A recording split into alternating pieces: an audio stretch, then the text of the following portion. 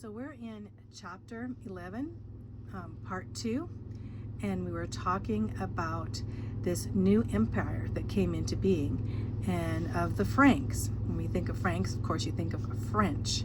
And of course, they were the beginnings of France, not only France, but Germany and Belgium and that whole area. And so we started with the first Frank empire leader being Clovis. And Clovis basically,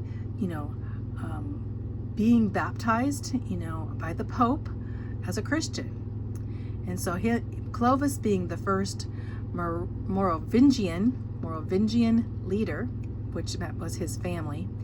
In fact, he's the only one we need to really know the name of the Merovingian leader, because he was the greatest. But his sons actually became do-nothing kings. And so the mayor of the palace did all the work. And his name was Charles Martel.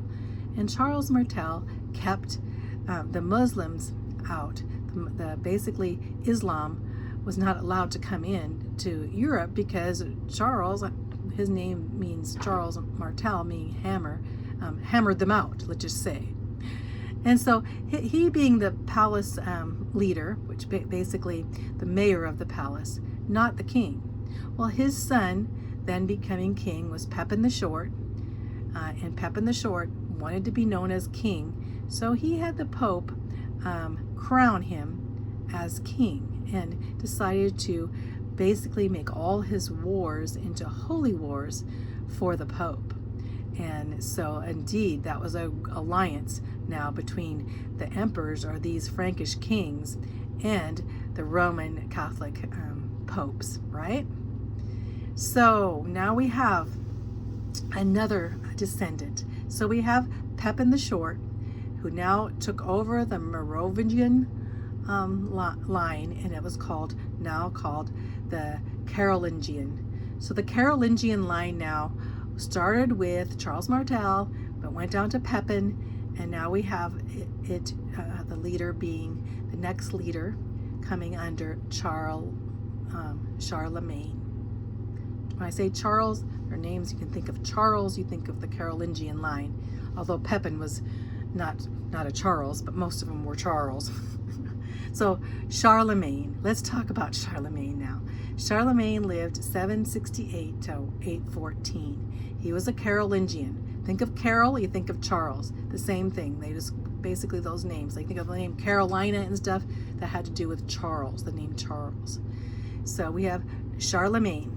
Pepin's son, he was large, strong, and handsome. Remember, Pepin was short. Pepin the Short. Now we have a tall son, a strong, very dynamic leader. Everybody looking up to him. Strong looking man. And they called him Charles the Great.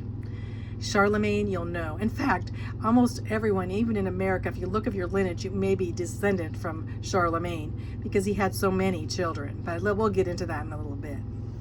So Charlemagne was an efficient administrator. He was a valiant leader, and he was a military genius. Just like his fathers, like Pepin and just like Charles Martel. He was a military genius. In fact, 50 years of his rule there, he was under ceaseless war. He constantly was conquering other small groups and other national groups and other barbarian groups, and he was expanding this kingdom, which he felt it was just like the old Caesar, the old Roman Empire. So we have Charlemagne. And we look at him, we think, oh, he was a good guy. Well, he wasn't so good at times, and in fact, once he massacred 4,500 rebels, even after they surrendered to him. He just didn't like him, so he had them all massacred. That is pretty bloody. So he also, again, defeated the Lombards, just like his father Pepin did, for the Pope, and he became the Lombard king. So this new Pope under Charlemagne looked as Charlemagne as a necessary protection, because Charlemagne was a very military, very strong. Everyone was afraid of him. So the Pope, thinking it would be good if we stay in this alliance with these Frankish kings, these emperors, so they'll protect us.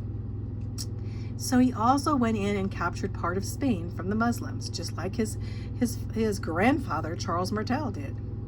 He spent 30 years conquering the Saxons. The Saxons were in Germany, the German tribes. So 30 years he was conquering all these little Saxon groups that were trying to attack, and he conquered Saxons over and taking over most of which is known as Germany. He defeated the Avars, which were an Asian nomadic people on the Danube River. So constantly adding to the kingdom, just like Julius Caesar, just like the Romans did. In fact, I think he liked looking at himself, even representing Julius Caesar. Charlemagne's Christian empire, though. Remember, the Caesars were not Christian. So he called his wars just like Pepin, his father, had called them, and just like Clovis had called them, Clovis being Merovingian, so it wasn't really his ancestor, but they called them holy wars now because they felt they were under the Pope, so their wars were completely holy. And new churches would spring up everywhere.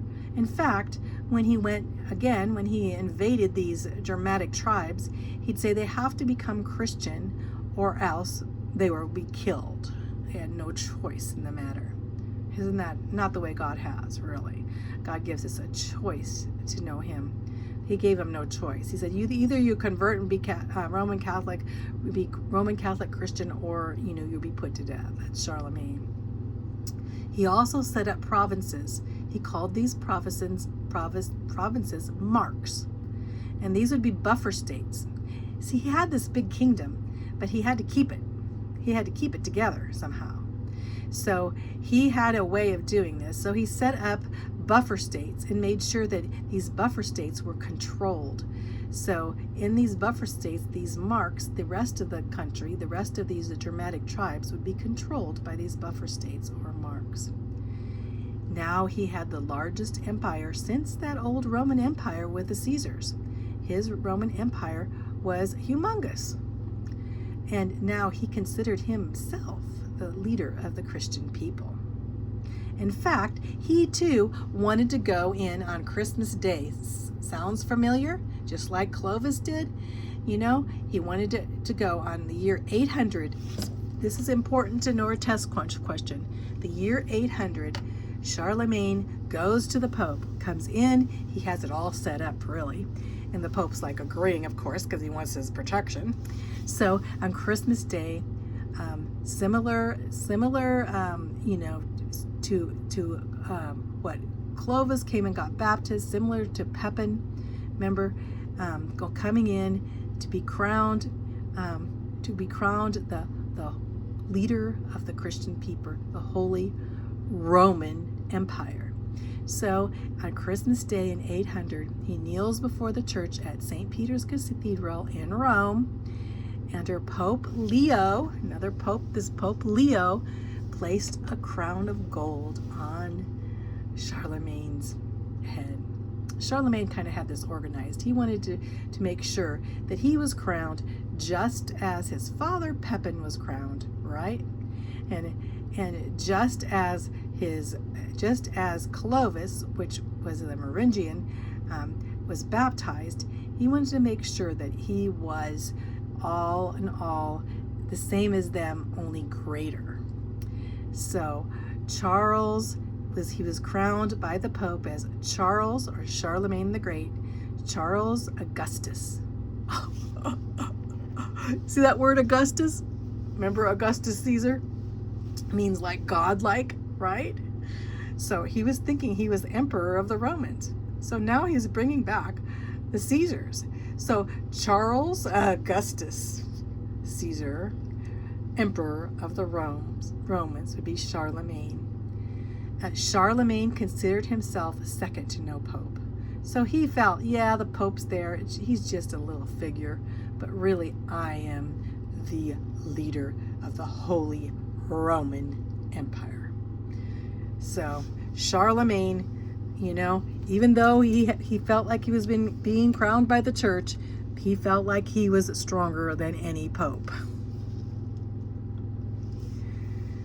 Charlemagne's accomplishments. There's some things that Charlemagne did that we consider quite good. Like we said before, he was a very bloody military leader, and he came in and conquered people and put them to death if they didn't do what he told them to do.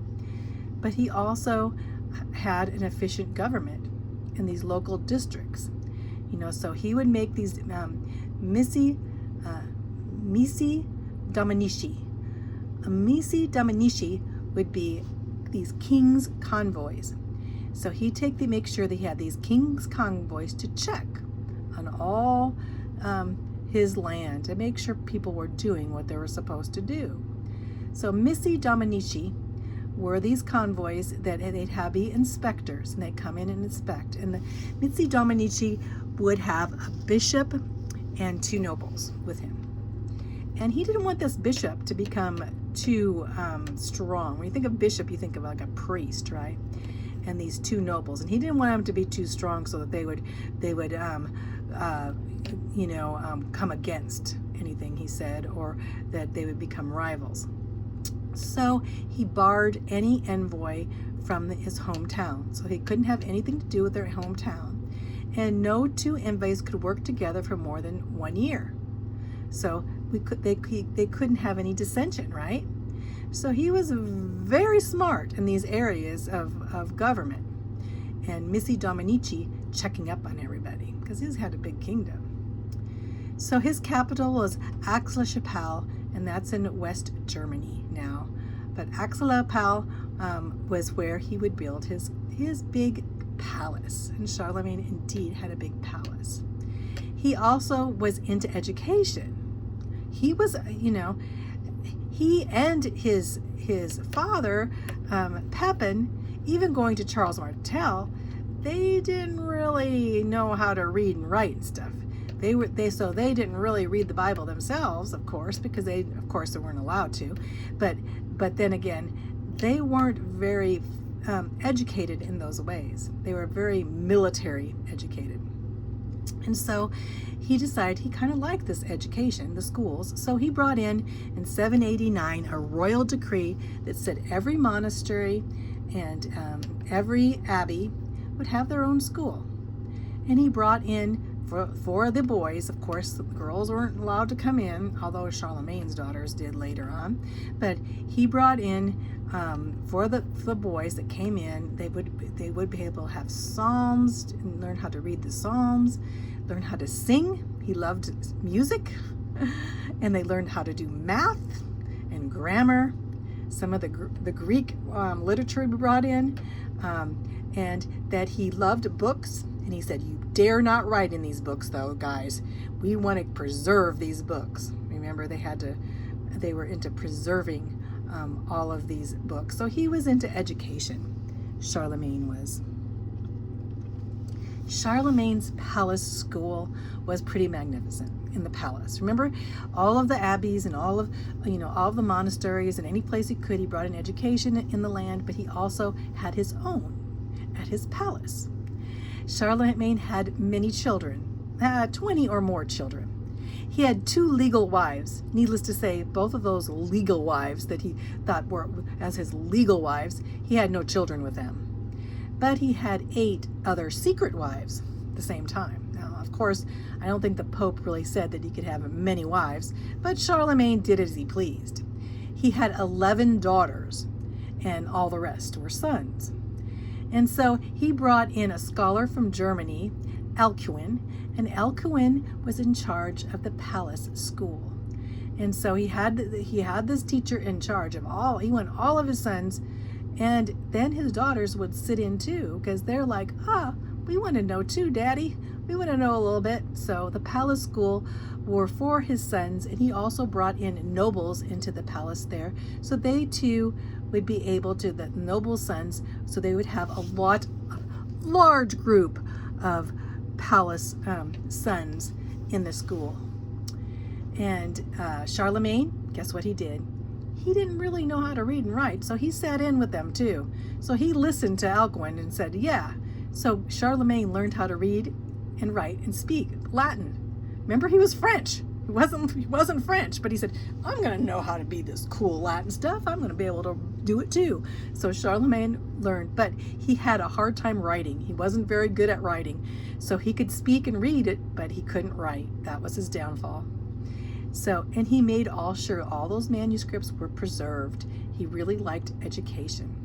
The Carolingian minuscule was basically he gave to the Anglo-Saxon and Irish scholars that came in, and they preserved and corrected all of these old manuscripts with the cursive style.